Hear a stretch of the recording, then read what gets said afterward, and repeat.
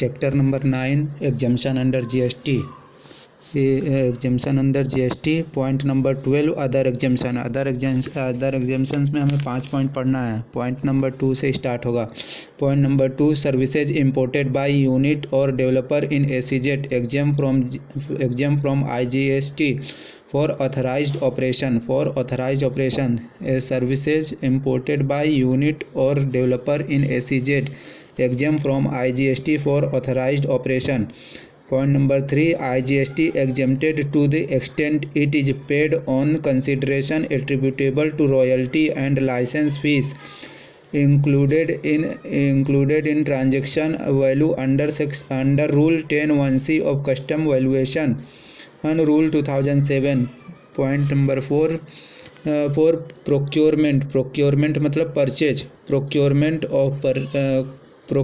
of taxable goods by exporters on payment of GST only 0.1% respectively of actual rate of GST.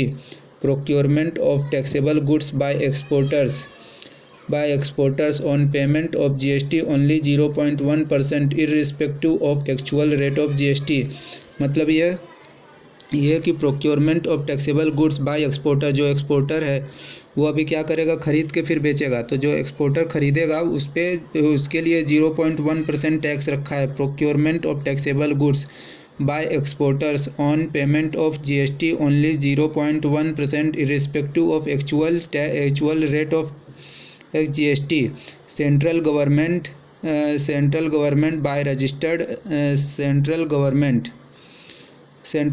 Bye registered supplier to central government exempt the intra-state or inter-state supply of taxable goods by registered supplier to a registered recipient for export from GST leviable thereon under section 9 of the said act as in excess of the amount calculated at the rate of 0.1%, 0.05% CGST or 0.05% SGST or 0.1% IGST.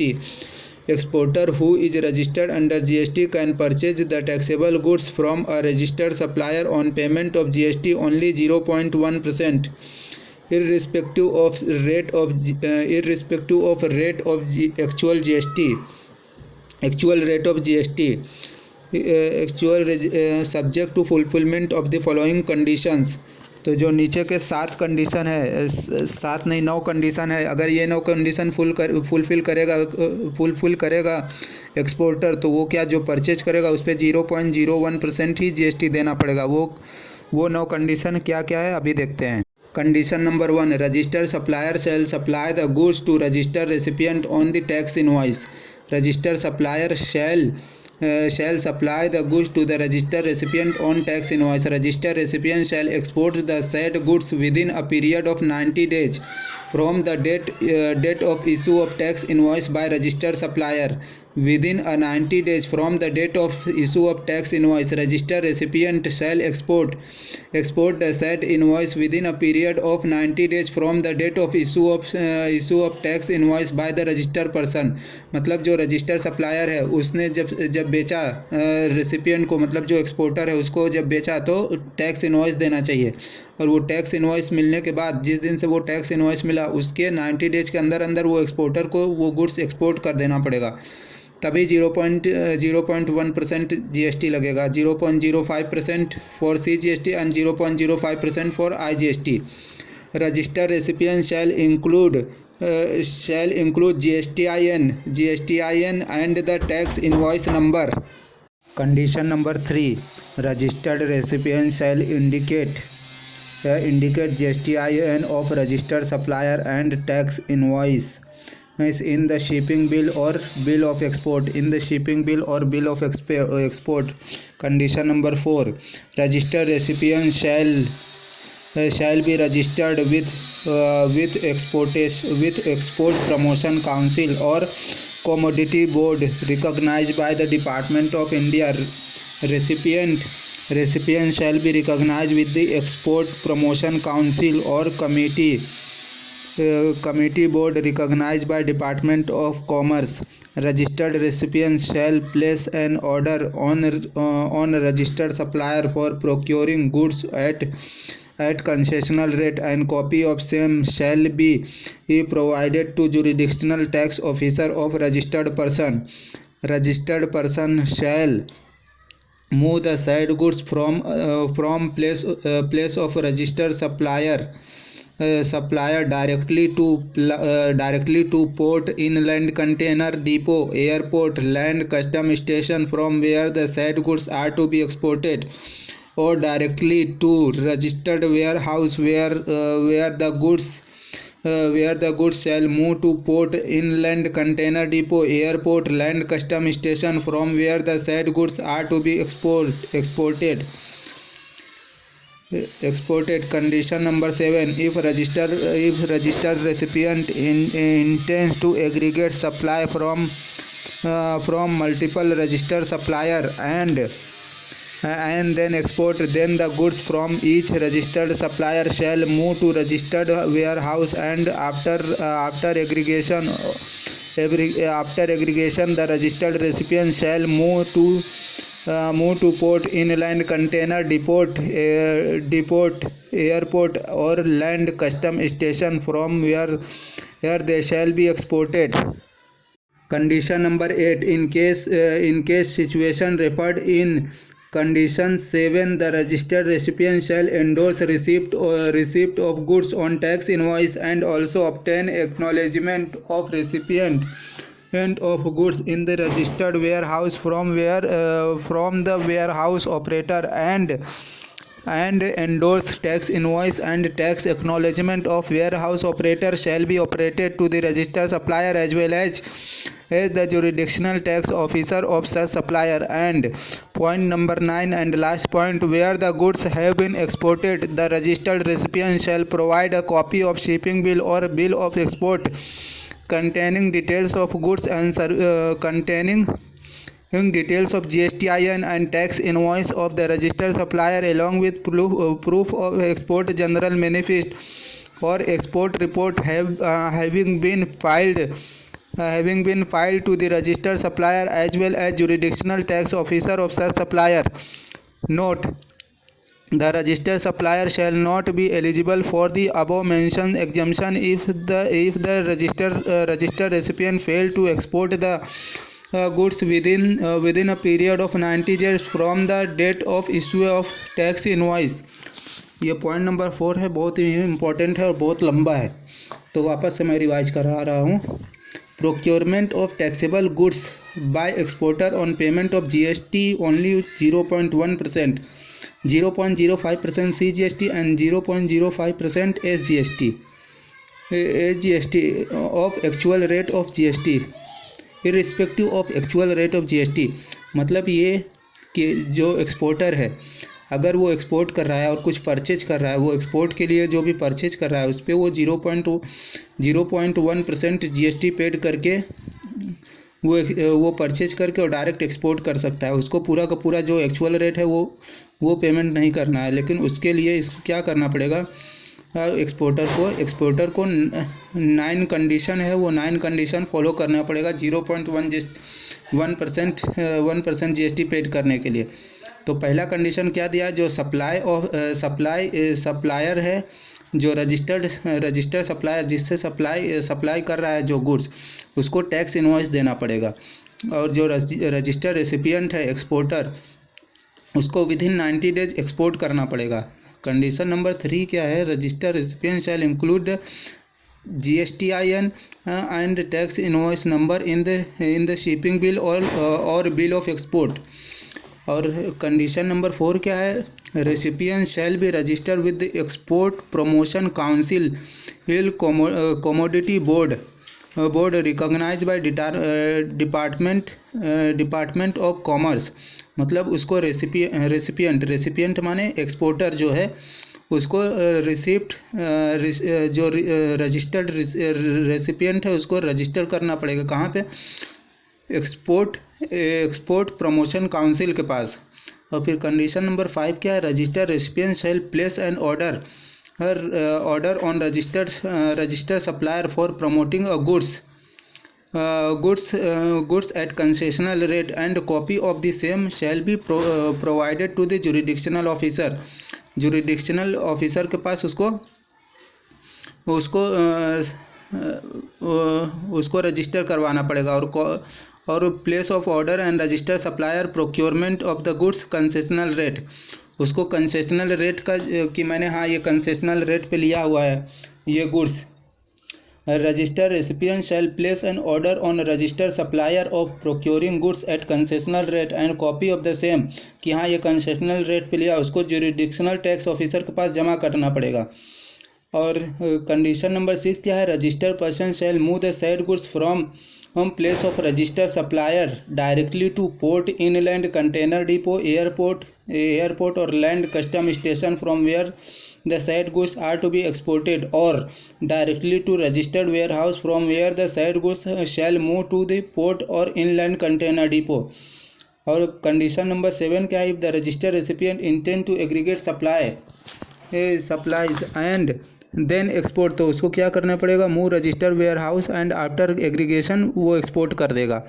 और condition number 9 क्या है? When the goods exported recipient shall provide a copy of shipping bill or bill of export containing GSTIN and tax invoice of registered supplier along with proof of export general manifest or export report to the registered supplier as well as jurisdictional tax officer.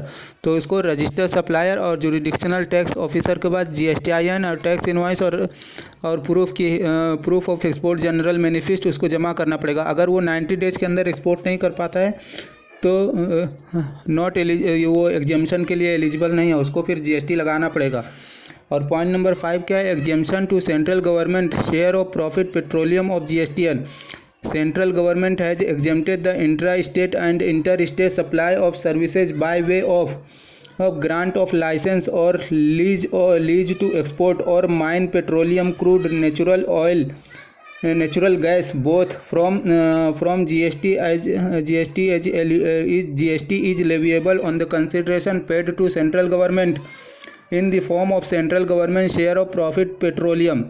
मतलब ये है कि central government has exempted the intra state and inter state supply of services as well as grant of supply of services as well as grant of licence, lease licence और lease to explore और mine petroleum, crude, natural gas और both. अभी क्या है? Point number 6 का है? Asian development bank and international finance corporation services provided by International Finance Corporation and Asian Development Bank is exempt from GST। International Finance Corporation और Asian Development Bank is exempt from GST। Services provided by IFSC, International Cooperation Bank and ADB, Asian Development Bank is exempt from tax। Super fast revision Services imported by a unit or development in SEZ exempt from IGST for authorized operation. IGST exempted to the extent it is paid on the said consideration attributable to consideration attributable to royalty and license fees, including in transaction value under Rule 10(1)(c) of Custom Valuation Rule 2007. Procurement of taxable goods by export on payment of GST only 0.1% irrespective of actual rate of GST। अब उसके लिए 9 condition है। Registered supplier shall supply the goods to the registered recipient on the tax invoice. Registered recipient shall export the said goods within 90 days from the date of issue of tax invoice by the registered supplier। Registered recipient shall indicate the GSTIN and tax invoice number in the shipping bill or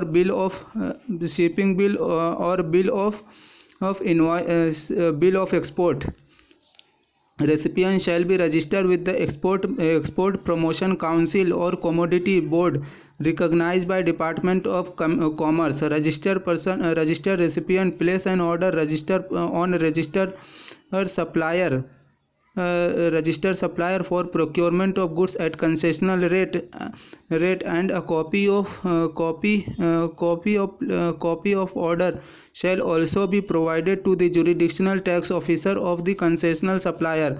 Registered recipient shall move the said goods from the place of registered supplier directly to the port, inland container depot, airport or land custom station from where the said goods are to be exported, or directly registered warehouse, or directly to registered warehouse from where the said goods are to be moved to port, inland container depot or airport or land custom station from where the said goods are to be exported. If the registered person recipient intends to aggregate the supply and then export, or registered recipient shall move goods to the port, inland container depot, airport or land or custom station from where they shall be exported. When goods have been exported, the registered recipient shall provide a copy of shipping bill or a bill of export containing details of goods and containing details of GSTIN and tax invoice of the registered supplier, along with the proof of export general manifest or export report, or to the registered supplier as well as jurisdictional tax officer. If the registered supplier shall not be eligible to register exporter shall not be eligible for concessional rate when the goods shall not be exported within 90 days from the date of issue of tax invoice. मतलब जब भी purchase किया रहा उसके 90 days में अगर वो export नहीं करेगा तो वो कंसेशनल रेट के लिए एलिजिबल नहीं रहेगा, फिर वो परचेज पे पूरा का पूरा टैक्स भरना पड़ेगा। और ये जो पूरा जो 0.1% जो टैक्स का नियम है, ये सिर्फ और सिर्फ ट्रेडर के लिए है कि ट्रेडर वहाँ से ट्रेड किया और डायरेक्ट बेचा तो उसको 0.1% GST भरना पड़ेगा। अच्छा, point number 5, exemption to central government share of profit petroleum from GST. Central government has exempted the intra-state and inter-state supply of services by way of grant of license and lease to explore or mine petroleum, coal or natural gas or both. Point number 6, Asian Development Bank and International Finance Corporation is exempt from tax.